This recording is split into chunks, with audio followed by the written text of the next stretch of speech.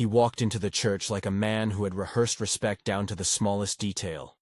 A slow step, eyes level, a fedora tipped just enough to block the light. The pews were a sea of black suits and shiny shoes, the air thick with the smell of tobacco and incense, and the low murmur of men trying to sound smaller than their reputations. At the center of it all lay Bumpy Johnson's casket, polished wood and brass handles catching the stained glass light. Frank Lucas carried a briefcase, the clip whispering shut as he crossed the floor. When he set it down and unlatched it, the hush that fell over the room was the kind you only hear when an entire world holds its breath. Inside, stacks of bills, neat, heavy, arranged so they could not be mistaken. $300,000 in cash according to the claim that would spread like a rumor. He lifted a stack, placed it on the casket, then another, and another, until the money formed a low, deliberate ridge over Bumpy's chest. It was an image built to be understood without words. Wealth as offering, wealth as claim, wealth as challenge. People later argued over the number. Some sources would say a different amount. This version follows the claim in the headline, $300,000. That figure matters, because the act itself was never about the exact dollar so much as what it represented. A public, unignorable declaration that a new order would rise in Harlem. Frank stood. He spoke, but not like a man asking permission. Reportedly, he said, "Harlem belongs to Harlem." The room did not erupt. It did not need to. The statement landed like a hand on a table, clear, possessive, final. What followed was a visible recalibration. Men who had once treated Frank as a driver or a shadow shifted, measuring him with the eyes of people who needed to decide who the future might hurt. There were nods that were polite and nods that were not. Some faces were stone, others flickered with rage. The briefcase on the casket did two things in one motion. It marked respect for a lost king, and it mapped the battlefield. If this story grabs you, hit subscribe, because the rest of how he pulled this off is where the real shock begins. The morning Bumpy died, Frank's life changed like a light switching on in a dark room. He was a driver, a confidant, a man who had learned the codes of the street through observation more than instruction. Bumpy had been the town's kind of ruler, rough, protective, famous for his own brand of justice. When the call came, Frank sat on the edge of a cheap mattress in an apartment that smelled faintly of boiled coffee and the Atlantic. And he listened to the news of his mentor's passing as if it belonged to someone else. Then a calculation started to form. It wasn't vanity. It was arithmetic converted into strategy. In a world ruled by respect, by gestures and public proofs, Frank knew that money could be a language everyone understood. If you wanted to stop talk and force choice, you made a move people could not ignore. For him, the choice was stark. Accept the slow, grinding takeover by outsiders and old partners, or force an immediate reckoning. He withdrew the money, $300,000, from accounts and from whatever life savings could be assembled in a morning. His wife, Eva, knew something heavy had shifted the way he moved. They talked in the quiet of a kitchen that had seen better days. Her fear was straightforward and married to love. You can't wage war if you disappear. Frank's answer was shorter, softer. He told her it was about setting a tone, that in their neighborhood, dignity and control traveled on the same road. A driver doesn't become a ruler with a single gesture, but a single gesture can make people choose sides. The briefcase was the kind of provocation that asks either, "Will you fight me?" or "Will you follow me?" When men of power are forced to choose in public, alliances solidify or unravel faster than private threats ever could. That funeral, its hush, its polished solemnity, became the first data point in Frank's short, ruthless curriculum of power. It forced the city's bosses to react. For the Italians, for the old crews, for politicians who tracked the shifting balance of cash and control, the stunt was a message and a test. The message said, "I can gather money and present it where it will be seen." The test asked, can he turn the show of money into a stable grip on business? Some in Harlem saw it as audacity, others saw it as a kind of honor. For the traffickers and families who would be pulled into Frank's orbit, it was the opening line of a new contract. He did not go to war immediately. He had learned from watching people who survived longer, how to make bold statements that didn't burn every bridge. Within days, he was summoned to a meeting with representatives of the Italian families who held influence beyond the neighborhood. Carmine Trant was the man sent to speak. He arrived with the kind of presence that suggested his hometown had taught him how to measure a man by his silence. The terms he offered were formal and thinly veiled. Respect their share or face consequences, accept a mediated peace, or test your luck. At the meeting, Frank listened. He did not posture. He spoke in small sentences and large promises. Reportedly, Carmine laid down a clock. 6 months. Prove you can keep the peace. Prove you can control your people and keep the product flowing and the violence low. Then, perhaps, your autonomy. Fail, and the old order would reclaim its holdings. The truce was fragile, more a paper bridge than an iron pact. Both men understood the same truth. Power was not granted. It was negotiated under the threat of violence and the lure of profit. This is where Frank's method diverged from the tired playbook of his predecessors. He reorganized the trade not by rewriting the rules of violence, but by re-engineering the business model. Where others had relied on loose partnerships and middlemen who took cuts and carried risks, Frank sought tighter control. He installed salaried employees, people with loyalty, yes, but also with paychecks that made discretion profitable. He put Nikki Barnes at the visible end of the enterprise. A woman who could move in public, sign leases, open storefronts, and wear the smile that kept the neighborhood from suspecting the churn beneath its surface. Nikki was the face. Frank, true to form, stayed in the shadows. He was careful with his visibility, not because he feared his enemies, though he did, but because he knew that a leader who broadcasts himself becomes a target. In practice, that meant he ran the supply like a top manager rather than a street boss. He focused on margins and quality and the simple arithmetic that defines empires. Cut out the middle, control the input, control the output. Accounts reported that his product was purer and cheaper, which translated to faster market dominance. People who sold on corners switched to his names because the product moved. Addicts bought what would do for less money. Dealers preferred a supplier who paid regularly and enforced rare but real discipline. It is important to be clear about what control meant in this context. It built wealth quickly. It also destroyed lives. The math of crime is blunt. More efficient distribution means more users, more money, more funerals. At the same time, his ledgers swelled. The neighborhood's clinics and alleys filled with the other currency of the trade. Loss, dependence, and the slow breakdown of families. Frank's genius for business planning had a shadow ledger of harm that he rarely seemed to look at, or that he rationalized as the cost of being first. That rationalization was, for some, unforgivable. Money bought him property. Storefronts that masked the routes through which business flowed. Apartments for lieutenants. A fleet of cars that made movement simple and untraceable. It bought him influence, too. People who had once dismissed him now called. Politicians who had ignored him now accepted his checks. There were times when Frank sat in rooms he had only delivered into in other lives, listening as men named him with the weight of grudging respect. Yet he remained careful. He preferred to direct more than to be seen directing. Nikki signed contracts and smiled at ribbon cuttings. Frank approved shipment schedules and payments. The framework he built was industrial rather than tribal. Jobs were created inside the operation. Drivers, clerks, paymasters, positions that bought allegiance through a combination of wage and fear. Loyalty became a payroll expense. The operation expanded fast. The city's street map changed under his influence. Corners that had belonged to scattered gangs consolidated. Dealers who hesitated found the day's market taken by those who followed Frank's chain. Rival crews found themselves boxed into niches or forced into the harsh arithmetic of peace. Where violence had once been an everyday negotiation, the logic of profit suggested a different sort of order. Keep the peace, and the money grows. The old code of honor was replaced, quietly, by ledgers. Even as he rewired the market, Frank maintained the neighborhood stagecraft that had begun at the funeral. Respect was still performed, but now it was calculated.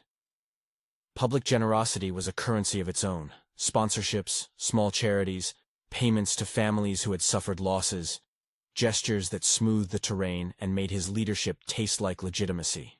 He was careful to feed stories about his generosity. People in Harlem would remember the soup kitchens and the donations to funerals.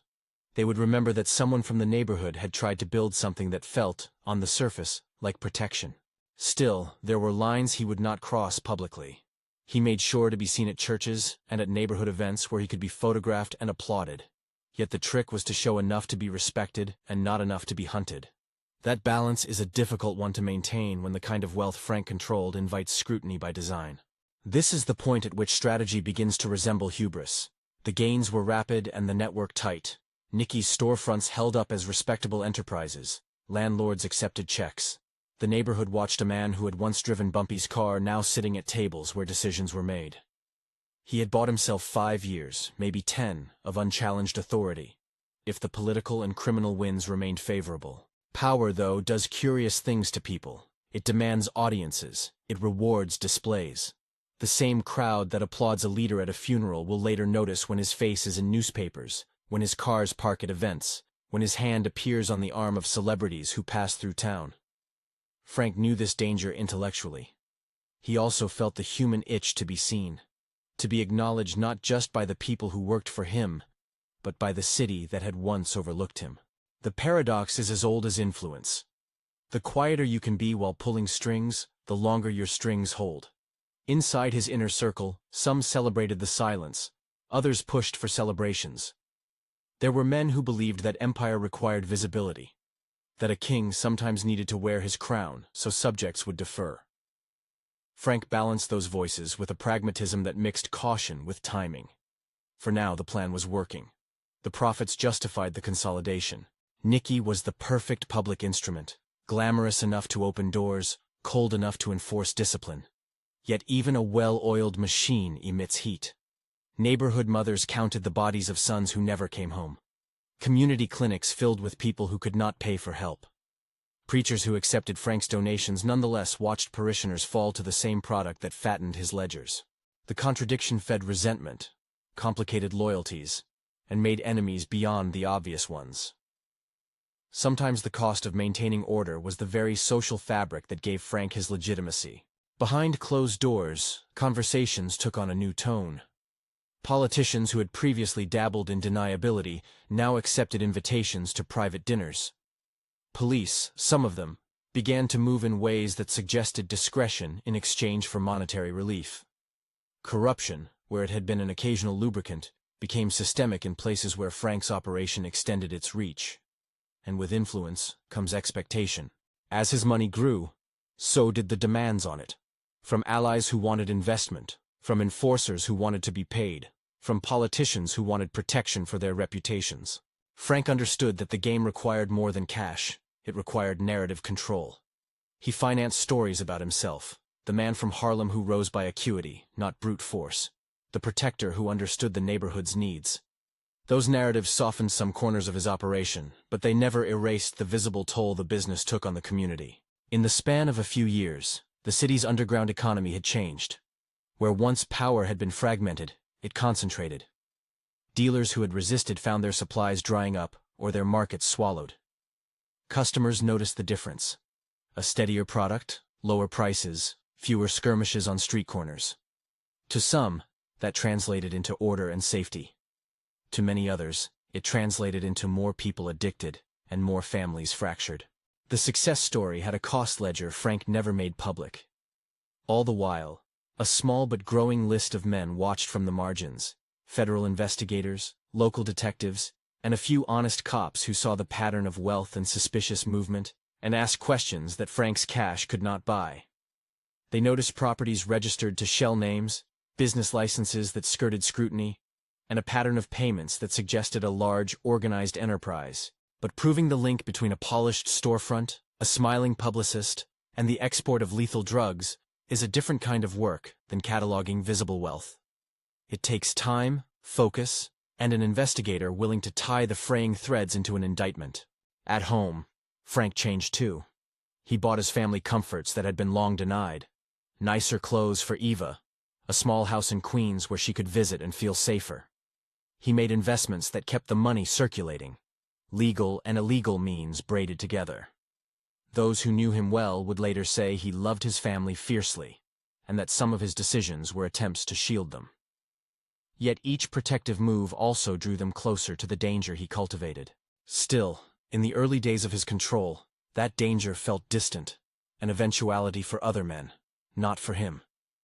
He had built systems of loyalty, and those systems had a momentum all their own. For a time, wealth and influence marched together in tune. Harlem hummed with the new order. More cash in circulation, a different architecture of control, public faces that smiled from banners and storefronts. But every consolidation of power invites exposure. Visibility that buys legitimacy also creates paper trails and public profiles.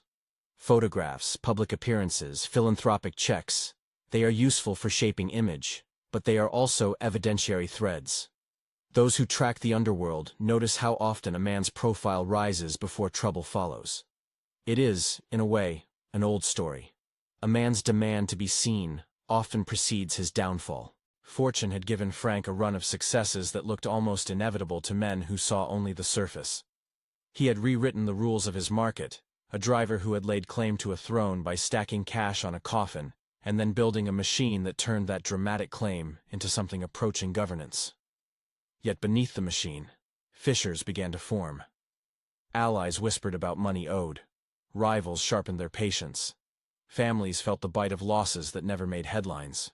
By the time he had turned the neighborhood's economy into a more efficient enterprise, Frank's name had become a shorthand for a new kind of boss.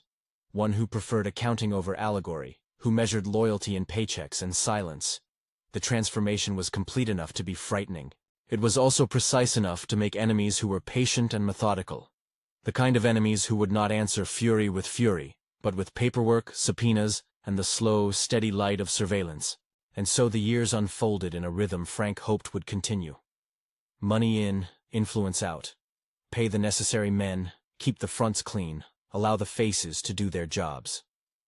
The neighborhood received a mix of charity and harm, gratitude and grief. Somewhere between the generous soup and the increasing funerals, a moral ledger accrued that no balance sheet could neatly reconcile. It would not last forever. But for a while, Frank had what he wanted most.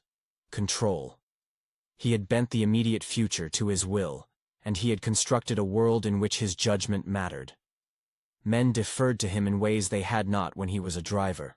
He had become, by choice and by circumstance, the principal architect of a new order in Harlem. There were people who admired the audacity of the move at the coffin. There were people who condemned it, and those who simply watched, curious about the man who had been brave, or reckless enough to stake everything in public. No one, at that point, doubted the efficacy of the signal he had sent. The briefcase had been a decisive opening gambit. The struggle now was not simply to win impulses or intimidate rivals.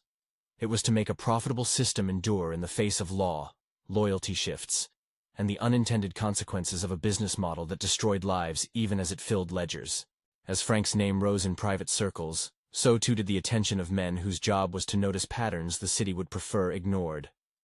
Detective work is slow. It is the patient stitching of small anomalies into a larger tapestry. And as he tightened his grip on the market, he also, almost imperceptibly, left traces. Signatures of a man who believed he could manage both secrecy and spectacle.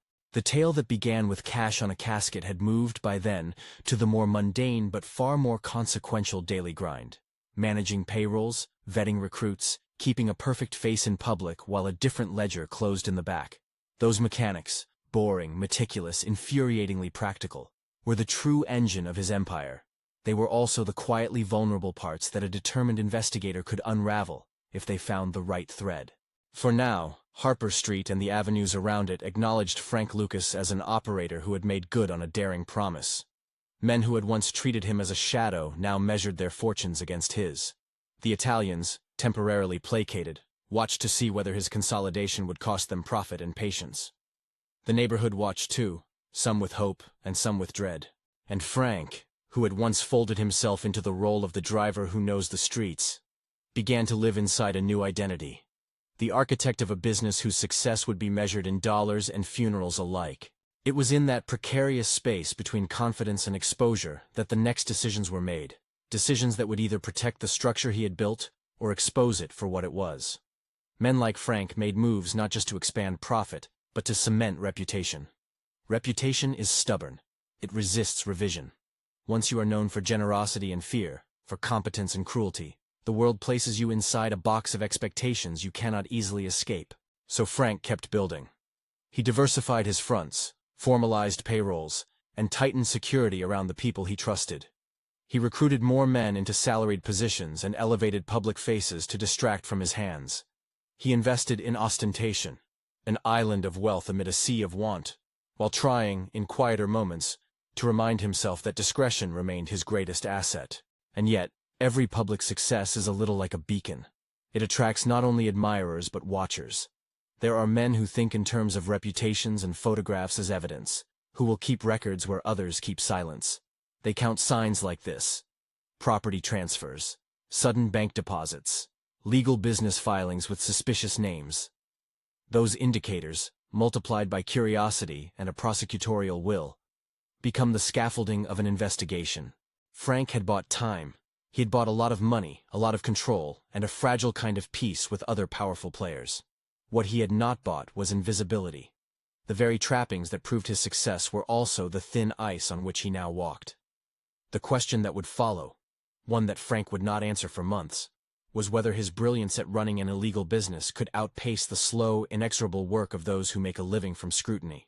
The question that would follow, whether his brilliance at running an illegal business could outpace the slow, inexorable work of those who live by scrutiny, began to find its answer in small, stubborn motions that Frank could not quite control. The first was a photograph. At a major fight night, an event that pulled celebrities, cameras, and the city's gossip into one charged room, Frank chose to be seen. He wore a chinchilla coat, an extravagance that announced more than style. It announced success. Cameras caught him in cut frames, a man in a fur coat in a room of men who knew how to read displays. The photograph ran in papers and on gossip pages. For a crowd that had watched Frank move in shadows, the image was a beacon saying, "He is here. He is more than rumor." To an investigator like Richie Roberts, the photograph was not gossip. It was a clue. Roberts was a detective with a patience born of frustration, tired of corruption, contemptuous of deals that covered crimes in polite wrappers. He had an eye for the way public faces and private enterprise lined up. He knew that when a man suddenly loved being seen, there were often ledgers or signatures behind that appetite. Roberts and his small, determined team began collecting what a paper life leaves behind: bank records, business filings, property transfers, and the names of people who appeared, repeatedly, at the edges of transactions. They ran down witnesses who were tired of walking on eggshells. They listened to community tips from people who didn't trust the system, but trusted that someone honest might finally pay attention. The work was methodical and slow, the kind that drills into confidence rather than blows it up in a single burst. Frank's operation had taken pains to appear respectable. Nicky Barnes kept storefronts bright and clean. Payrolls existed, and so did tax documents that could be framed convincingly. Yet scale leaves fingerprints. Even the smoothest machine accumulates paperwork, and those papers can be traced back when someone decides to follow them. When investigators began to stitch the threads together, the portrait they drew did not flatten him into caricature. It showed a man who had a genius for organization and a ruthless clarity about what profit required. It also showed a trail of people whose lives had been damaged. That contrast, business acumen and social destruction, became the spine of the case prosecutors wanted to build. The arrest itself was neither cinematic nor quiet. It unfolded in a succession of legal maneuvers, surveillance that had been cleared in court, and coordinated moves that aimed to limit damage and keep evidence intact. On the day the operation closed in, men in plain clothes moved with lists and warrants. Front businesses were opened like books. Accounts were frozen. Deputies knocked on doors. Cars were searched for ledgers and paperwork. Frank met the raid not with panic, but with the stoicism that had carried him through risk a dozen times over. He was handcuffed and read his rights. Deputies moved through the apartments and the offices that had been his arteries. For the neighborhood that had watched him rise, the spectacle of his arrest was jarring. The king taken down, not in a shootout or a single dramatic explosion of violence, but by lists and signatures, by the bureaucratic dignity of the law. Once inside the legal machine, the choices widened and narrowed in the same breath. Facing the possibility of decades behind bars, Frank made a calculation that would reverberate through courts and precincts. He began cooperating. What he offered prosecutors was valuable: names, ties to corrupt officers, and the architecture of an enterprise that had been deliberately built to blur the lines between legal storefronts and illegal inventory. His testimony, reported and dramatic in its effects, helped unravel networks that had, for years, protected dealers and padded pockets. The fallout was extensive. Reportedly, his cooperation led to the indictment and conviction of numerous perpetrators, mob figures, crooked police officers, and others who had benefited from the arrangement of silence and small favors. The revelations shook city institutions and forced a reckoning in precincts where hush money had been a whispered reality. For communities long suspicious about collusion between cops and criminals, the prosecutions were a kind of vindication. For those who had taken relief from the money that flowed through the neighborhood, they were a bitter, destabilizing consequence. The bargain Frank struck with the government shortened his likely sentence. He served reduced time relative to what might have been expected for the breadth of charges he faced. Prison years were part of the calculus, a price he accepted, for a deal that would spare him the near certainty of life behind bars. Behind the public record of pleas and court dates lay a more complicated geography. Whispered deals, shadowed deals, moral compromises that implicated more than one kind of villain.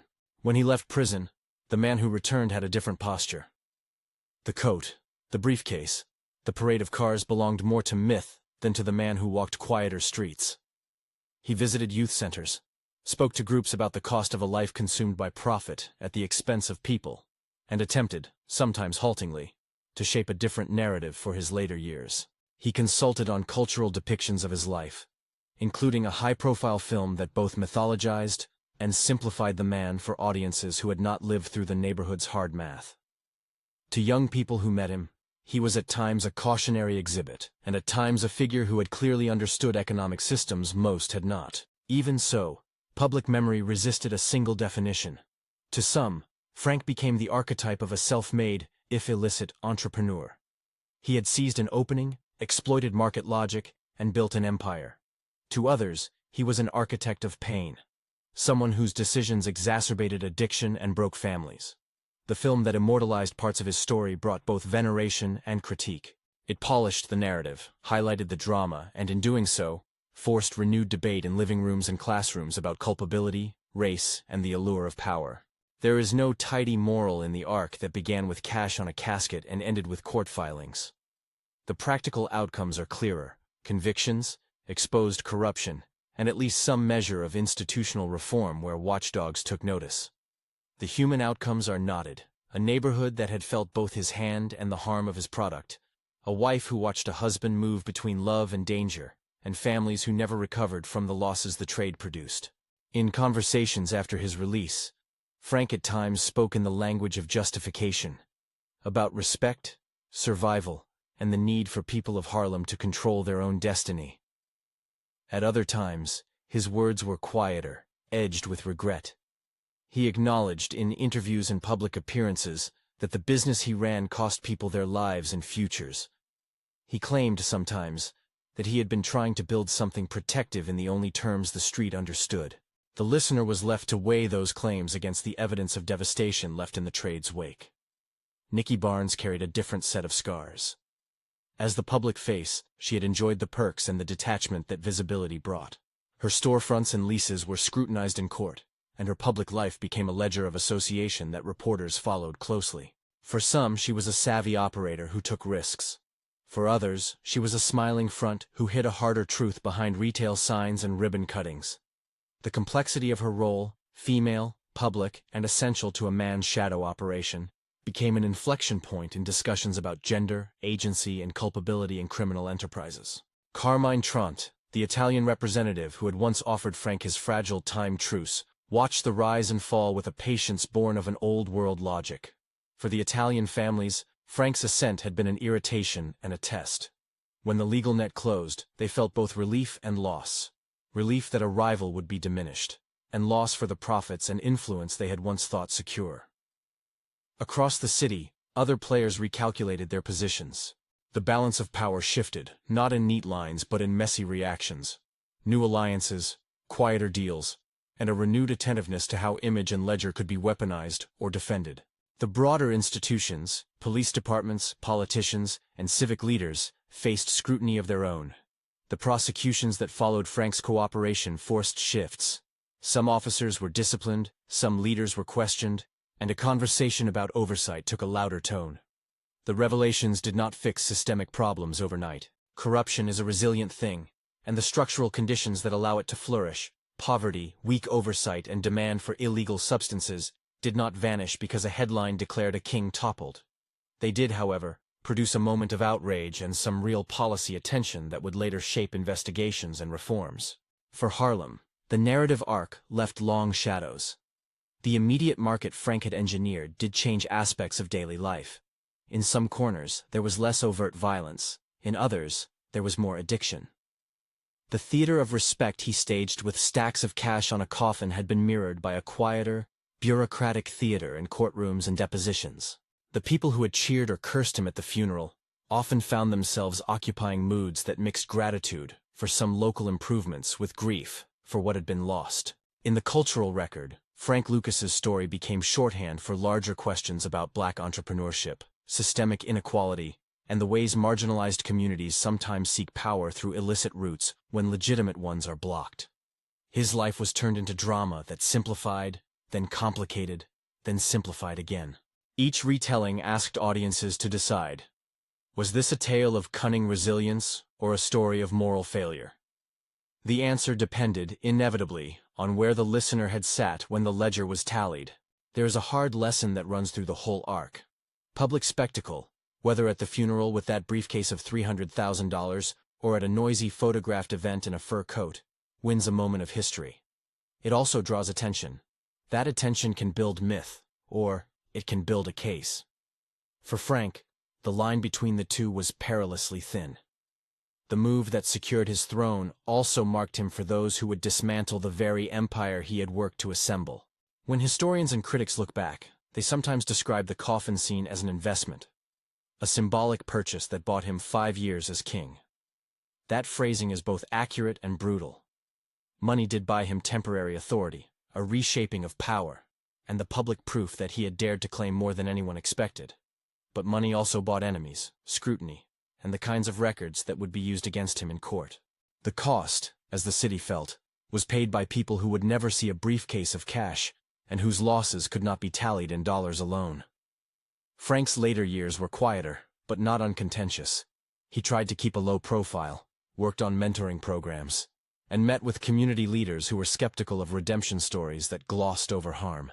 In public forums, he sometimes spoke about choices and consequences, and he lent his name, cautiously, to efforts that tried to steer youth away from the streets. To those efforts, some gave him credit. To others, his earlier life made any gesture suspect. The film industry's embrace of his story brought a renewed wave of attention. Some survivors and activists argued that cinematic depictions glamorized the trade and minimized its victims. Others insisted that the film at least forced the conversation onto a national stage, allowing people to see how structural inequities and personal agency can intersect in dangerous ways. The debate over portrayal, did the movie mythologize a criminal or expose a system, mirrored the larger cultural argument about Frank himself. When the final public chapters were written, no neat verdict emerged. Frank Lucas remained a figure of contradiction. He was praised for his shrewdness and criticized for the damage his enterprise inflicted. He was a man who had read the codes of power and exploited them, and whose tactics had been both admired and abhorred. The briefcase of $300,000 that had been placed upon a casket remained, in many accounts, the defining image, an audacious claim that told you everything and nothing about the man who made it. So what are we left to conclude? Was Frank a criminal genius, someone who understood market forces, logistics, and human psychology to an extraordinary degree, and therefore a figure whose strategies invite a begrudging respect? Or was he a destroyer of communities, someone whose talents were wielded in service of a trade that multiplied misery and grief? The answer resists tidy categorization. It sits instead in the tension between capability and consequence. In the end, the story is not simply about one man's rise and fall. It is a study of how power is asserted, how visibility can be both tool and trap, and how communities can be shaped, for better and worse, by those who stand up and declare ownership. It is about the cost of spectacle and the slow work of accountability. And it is a reminder that respect, once purchased with something as literal as a stack of cash on a coffin, carries obligations and responsibilities that money alone cannot solve. What do you think? Was Frank Lucas a brilliant strategist navigating the only system available to him? Or was he principally responsible for harm that cannot be excused by savvy? Drop your thoughts in the comments, and if you want more deep dives into the figures who reshaped American crime and culture, subscribe for more untold histories.